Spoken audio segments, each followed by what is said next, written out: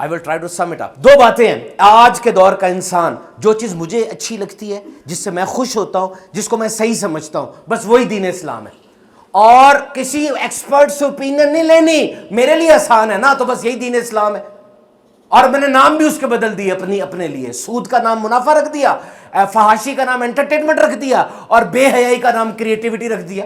یار گوبر کو سجا لو گے تو گوبر میں خوبصورتی تو نہیں آئے گی. اور سب سے بڑی نحوست دوسری بات, میں انٹرنیٹ پہ چلا گیا اور انٹرنیٹ پہ جا کے وہ بندہ ڈھونڈا جو مذہبی لبادہ اوڑھ کر جناب اپنے شارٹ کٹ ایجاد کر رہا ہے.